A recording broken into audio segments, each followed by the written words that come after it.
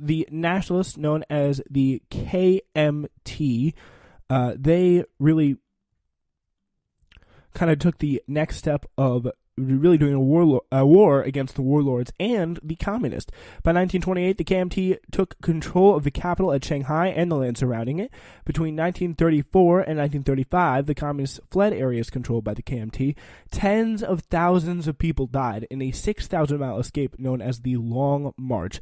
Communists took control of an area centered around the city of Yan'an, south of the river Huanghe. Sorry for any people who know how badly I'm butchering that pronunciation. Most of the northern and western China remained under control of the KMT or local government in the year 1937. Exception was, of course, Manchuria, which was controlled by Japan. After the end of World War II, though, things changed.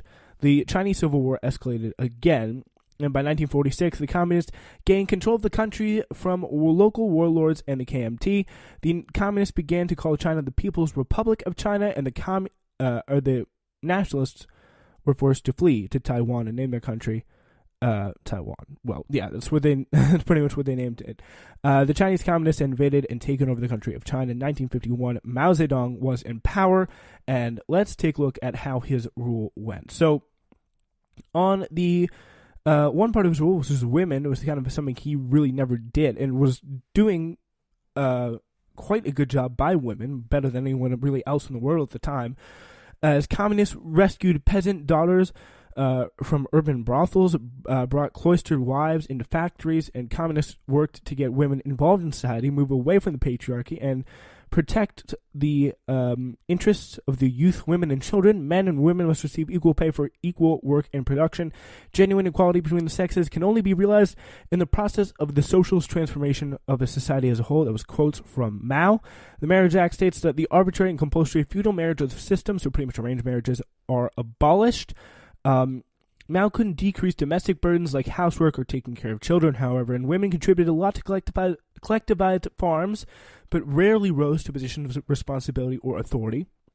Women performed physically demanding jobs, but still earned less than men. Women shunted to collective neighborhood workshops with bad working conditions and low wages. Comfortable big industry and state enterprise jobs were reserved for men, and women were, quote, as well, dominated by the authority of the husband. So not all the hype there on the Mao side for treating women right was lived up to.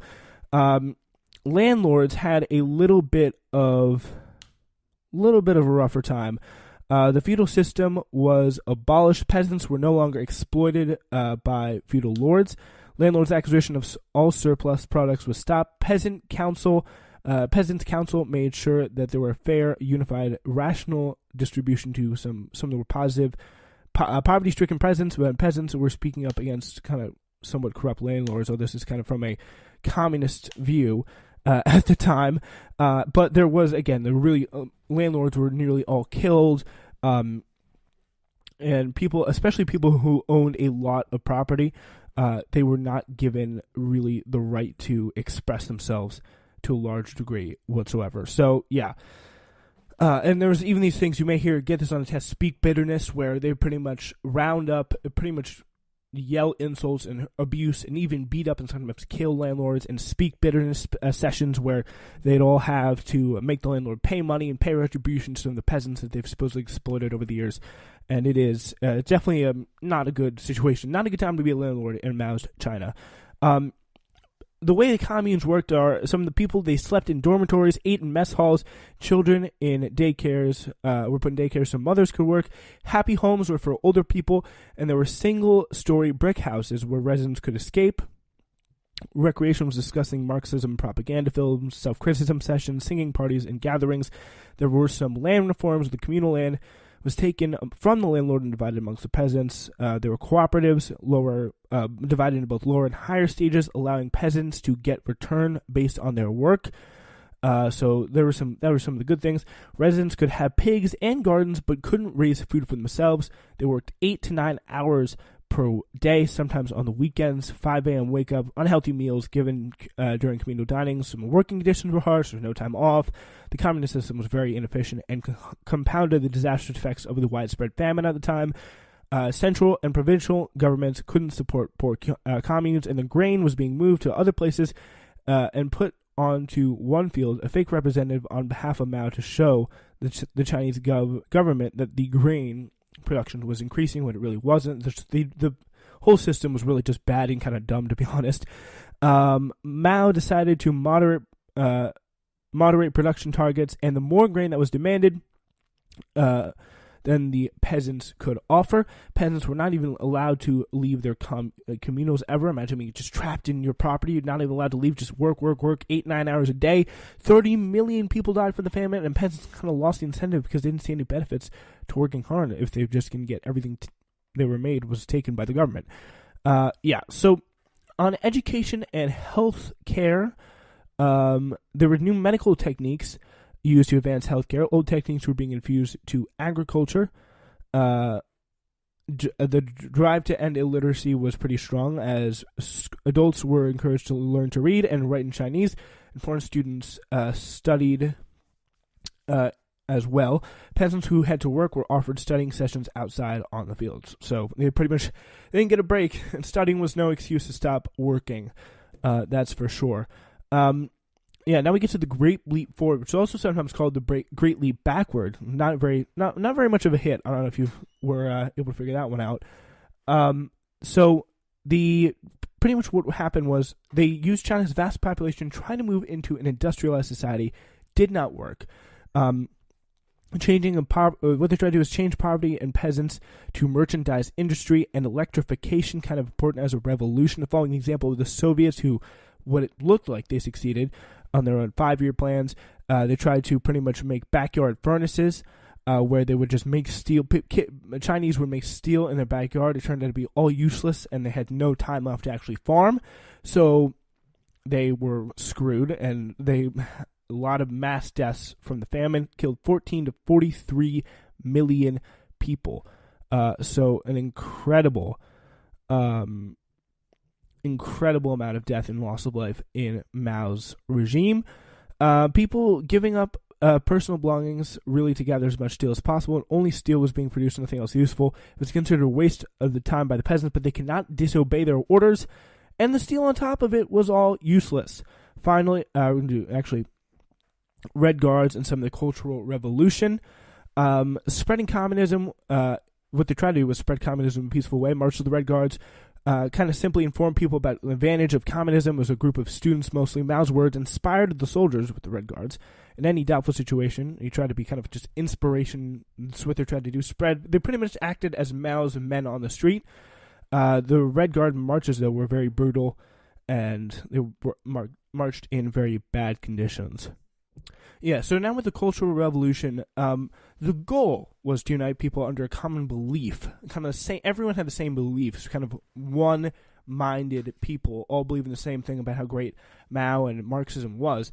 It was kind of a response to the Great Leap Forward, and it really failed and was blamed on some of the intellectuals, the landlords that still were around, and the Red Guards were beaten, and pretty much anyone who was against communism. They even attacked their own parents, politicians, with leather belts, iron rods, just awful stuff. They wanted to purge the country of class enemies.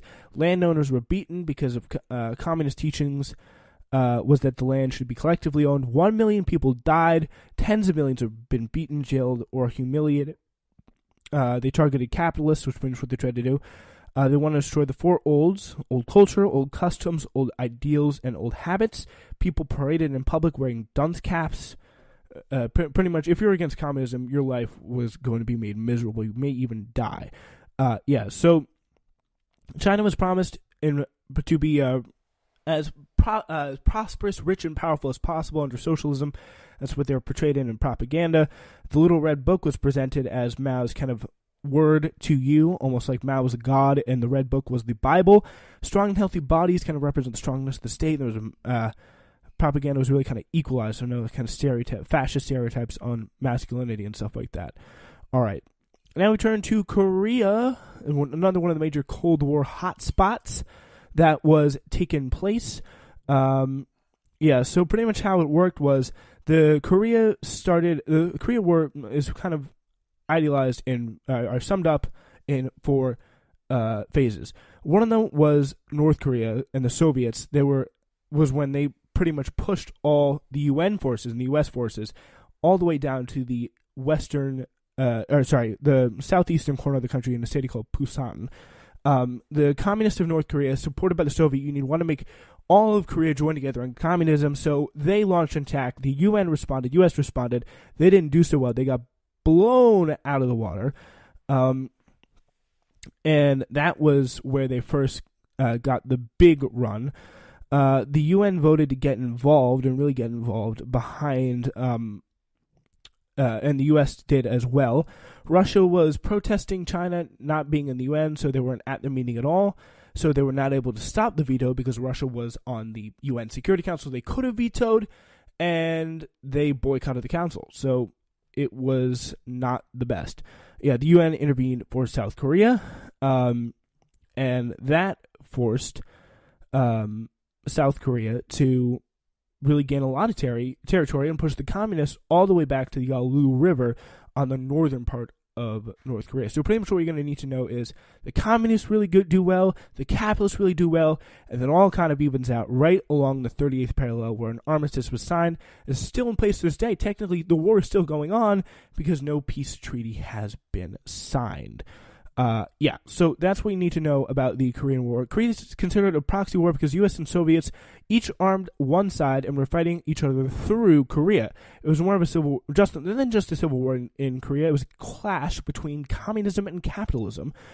People can't go in North Korea just as they can't go past the Berlin Wall.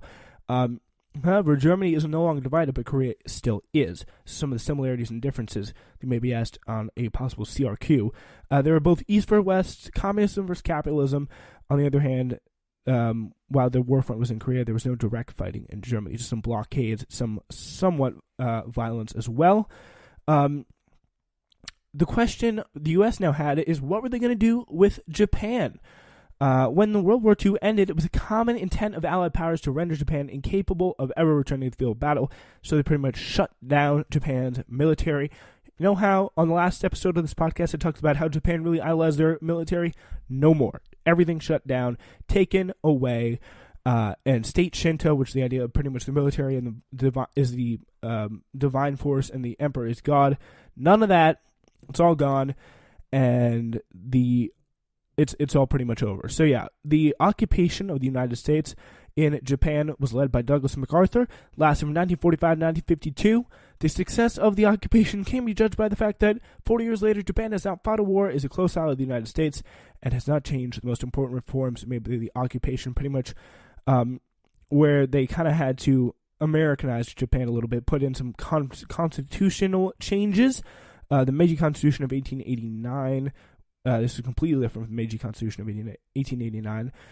Sovereignty in this U.S. Constitution rested with the people, not the emperor. The emperor was to continue as a symbol of Japanese unity and culture, but not without any political party or authority whatsoever. Women were given equal rights, and Japan was never told to ever go to war again. But remember, if they were attacked, the U.S. would come back them up with full force. That was the arrangement that we made there with Japan. So, yeah. Now we're going to fly all the way to Cuba. So, yeah, pretty much the situation that was going on there was another kind of proxy battle between the U.S. and the Soviet Union.